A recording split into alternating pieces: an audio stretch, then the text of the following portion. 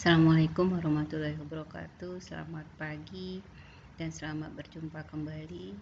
Pada kesempatan ini kita akan membahas tentang perlakuan panas, yaitu annealing.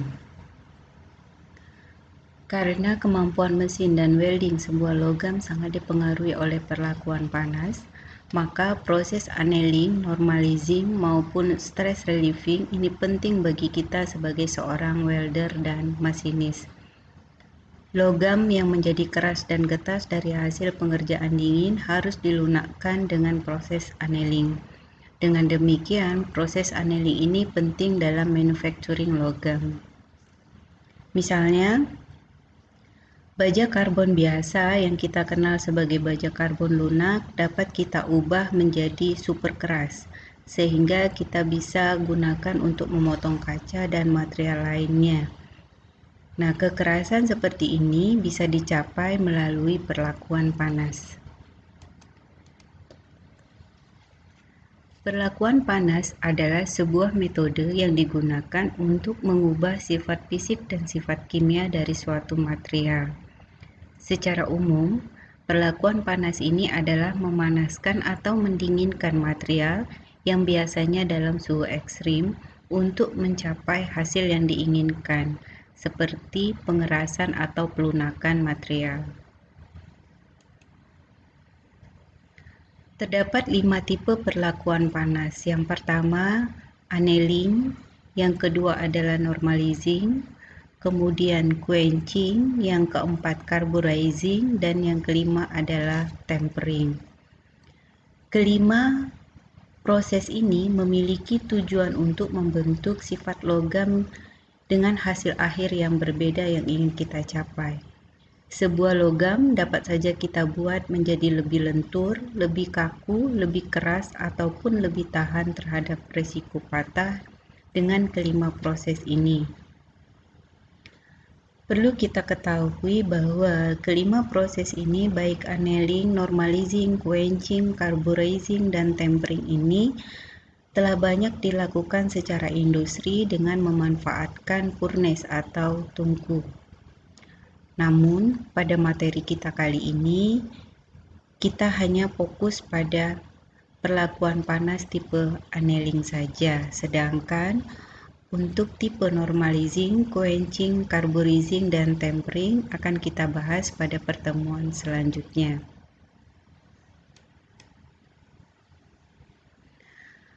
Annealing merupakan sebuah proses perlakuan panas yang dilakukan pada logam hasil pengerjaan dingin. Annealing ini bertujuan untuk mendapatkan kembali atau merecovery sifat-sifat fisik yang berubah selama proses deformasi dingin, dan untuk mendapatkan sifat-sifat mekanik yang lebih sesuai dengan aplikasinya.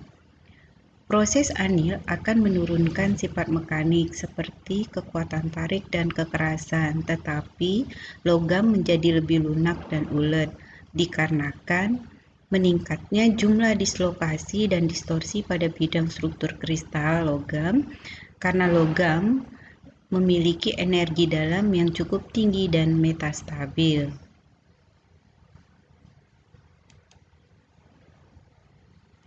Ada 3 hal mekanisme annealing. Yang pertama itu adalah pemulihan. Panas yang diterima logam menjadi pendorong tersusunnya kembali dislokasi ke susunan yang memiliki energi lebih rendah dan stabil. Yang kedua adalah rekristalisasi, di mana mekanisme ini terjadi saat nukleus atau inti yang terisolasi membesar di dalam butir, dan adanya batas butir ini yang memiliki derajat deformasi yang lebih besar. Mekanisme yang ketiga adalah pertumbuhan butir, di mana pada tahap ini butir-butir akan tumbuh lebih lanjut secara perlahan dan menghasilkan butir yang relatif lebih seragam, yang biasa kita kenal dengan pertumbuhan butir normal. Gaya pendorong pertumbuhan ini adalah energi yang dimiliki oleh batas butir itu sendiri.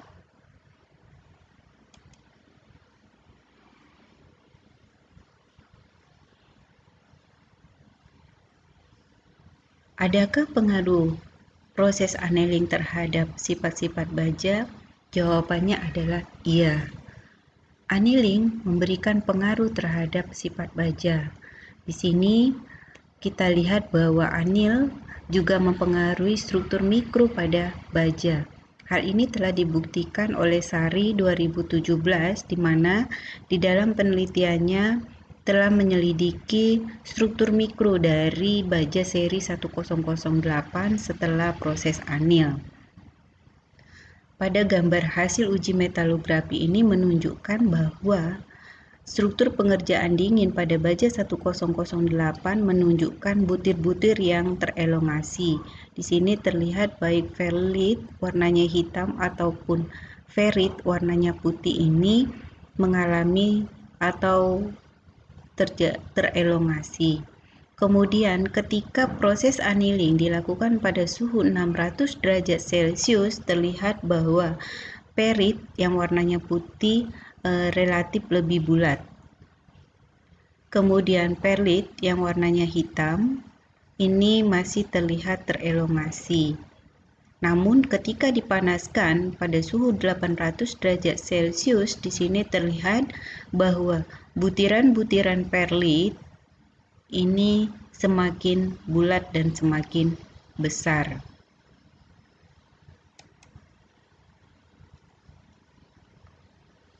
Annealing juga mempengaruhi sifat kuat tarik pada baja. Terlihat bahwa semakin tinggi temperatur annealing, maka kekuatan tarik dari baja akan semakin turun. Kekuatan tarik dari baja akan menurun secara signifikan atau drastis ini pada suhu 600 sampai dengan 800 derajat Celcius. Hal ini menunjukkan bahwa nukleus atau inti itu membesar dan adanya batas butir yang lebih besar.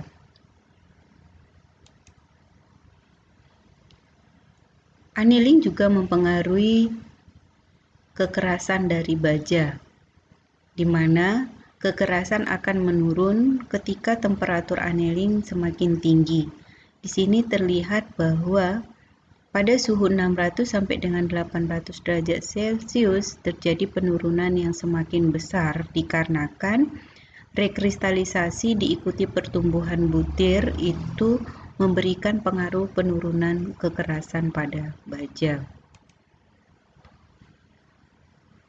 Proses annealing juga mempengaruhi keuletan dari baja 1008. Hal ini dibuktikan dengan adanya peningkatan elongasi terhadap temperatur yang semakin meningkat, di mana pada temperatur 800 derajat Celcius elongasinya semakin tinggi, yang menunjukkan bahwa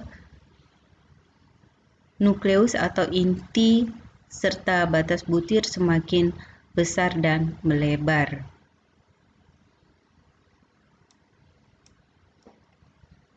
Demikianlah materi kita terkait dengan heat treatment atau perlakuan panas, terutama pada annealing dan pengaruhnya terhadap sifat dari baja. Semoga bermanfaat. Terima kasih sudah menonton. Wassalamualaikum warahmatullahi wabarakatuh. Jangan lupa subscribe ya.